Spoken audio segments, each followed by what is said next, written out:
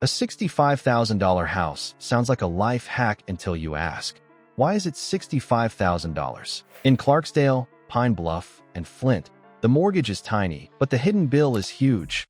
Crime risk, shaky job markets, and insurance headaches that make your spreadsheet cry. Stay with me. We're going to price the invisible. I'll show you how a rock-bottom payment gets wiped out by higher premiums, longer commutes to the nearest decent job, and government stabilization that keeps the lights on but doesn't build momentum. If you want cheap without chaos, you need this map of red flags. If a house costs less than a used Tesla, what bill shows up later? The one nobody puts on the listing. It's the invoice for living with volatility. Crime risk you have to plan around, insurance that suddenly eats your lunch, and services so thin you turn errands into road trips. Sounds cheap at the closing table, gets expensive by the first renewal notice. Like this video, so the algorithm thinks I'm important. Subscribe because someday you'll want to escape. So here's the thing. Prices in Clarksdale, Pine Bluff, and Flint aren't fake. They're the outcome of demand walking away and prices following on a leash. When industries bleed out, when reputations take a hit, when populations shrink for 2 straight decades, housing doesn't magically float. It resets. That's why you can snag a place for the price of a premium iPhone stack. But here's the catch. Demand left for reasons that send costs through the side door. Let's break it down. The mortgage is tiny. The invisible costs aren't. Crime risk pushes you toward cameras, motion lights, maybe bars, and a monitored system. Premiums jump if your zip gets flagged for frequent claims or sits near a FEMA flood map. Add water worries. Even if they're mitigated now, and underwriters start playing defense. Then there's the thin services tax. Fewer grocery choices means driving farther and paying more.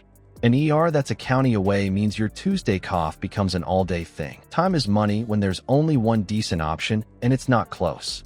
Clarksdale shows the math. Median home price in the low 60s looks friendly.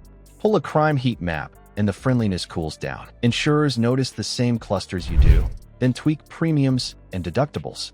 You feel that every month. Layer in security upgrades. Not luxury, just baseline peace of mind. And the all-in number creeps up. Then, for normal life, you're driving for decent shopping.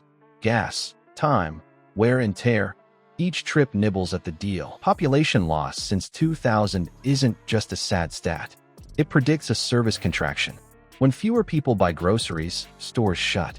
When fewer taxpayers fill a city, the hours get shorter, the staff gets thinner, and specialist services disappear. You don't see it on Zillow. You feel it when a simple oil change takes a half day because the only shop open is booked until Friday. Pine Bluff takes volatility to the block level. One street holds up, mowed lawns, quiet nights.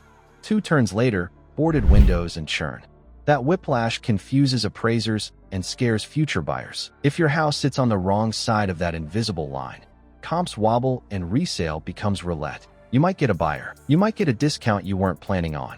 And lenders? They price that risk or they pass on it. Some carriers simply won't write in certain zips, and others slide you a policy with deductibles so high a claim feels like paying cash. So how do you price the trade-off? Cash flow versus chaos. You run it like a business.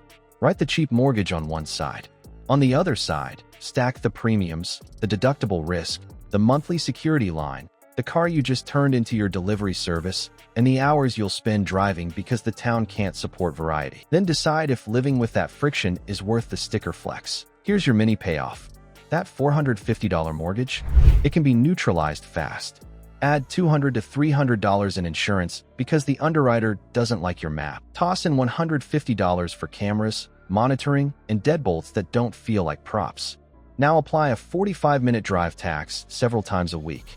Net result, your bargain behaves like a $220,000 suburb payment without the job base, schools, or appreciation engine. Let that sink in. Okay, it's cheap because demand left. But what actually pushed demand out and keeps it from returning? If you can work from anywhere, why do these towns stay cheap? Because anywhere still has rules. The Wi-Fi has to hold, the lights have to stay on, and the airport can't be a 3-transfer scavenger hunt. If one leg fails, your cost of living win becomes a productivity tax you pay every week. Here's the thing. A lot of these places live in stabilized decline. Basic services keep running because federal and state money steps in, grants, healthcare reimbursements, infrastructure patches. It keeps schools open, keeps roads passable, keeps clinics alive. That safety net is real, but it's not demand. It doesn't pull new employers in, and it doesn't push wages up. It just prevents freefall. Remote work looks like the cheat code until you need uptime. Broadband might be available on a coverage map, while actual speeds swing like a mood ring at 5 p.m. Zoom stutters, VPN drops, upload crawls. Co-working? Good luck finding a quiet, secure spot with fiber and phone booths. Even little power blips matter when your boss lives inside a calendar app and expects you to be a green dot all day. One outage on deadline and you're cheap. House costs you a client. Flint is the case study people think is fixed. The crisis headlines faded. Dollars went into pipes and public systems. The stigma didn't vanish. Private risk appetite moves slower than concrete cures. Investors discount what they can't model. That hesitation shows up in appreciation. Your place can be safe, clean, updated, and still sit under a ceiling because reputation lags construction by years. And when a city loses 40 to 60% of its peak population, the network effects snap. Fewer employers means fewer clients. Fewer clients means less cross-pollination. You don't get the random introductions at coffee shops because there aren't 3 coffee shops. There's one, with limited hours and a side of cash only, on Tuesdays. It's like trying to start a bonfire with damp twigs. Technically possible, wildly inefficient. Pine Bluff tells the same story with different funding.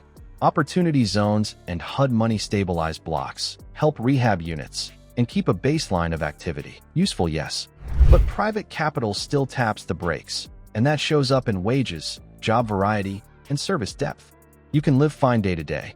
You just won't find the churn of new companies, the vendor ecosystem, or the salary jumps that show up where money actually competes for talent. Remote-first employers care about more than your rent.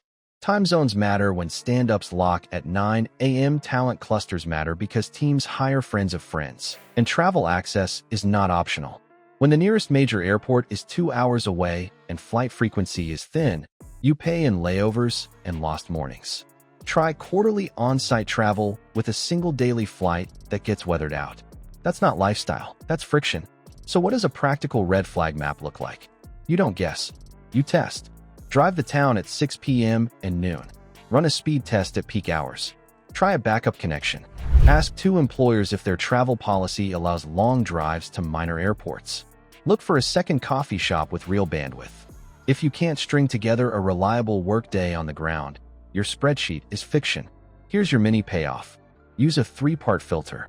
Is the economy propped up, or is it pulling in private dollars? Can you maintain remote uptime with broadband plus a backup? Is crime trending down while new employers show up? If you can't get 2 yes, the $65,000 is bait. You came for a bargain. Now you know the catch. Let's wrap it with what to do next. Cheap houses tell the truth. They're affordable because the future isn't bidding. That's the signal. No mystery, just demand stepping back and staying back.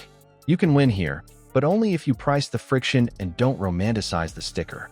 Like this video, so the algorithm thinks I'm important. Subscribe because someday you'll want to escape. Drop a comment. Cheap with chaos or cheap with guardrails? Where would you roll the dice? You're not ready for what's next. Want the short list of towns that actually pass the 2 yes test and still let you sleep at night? That's next, and it cuts out the noise fast.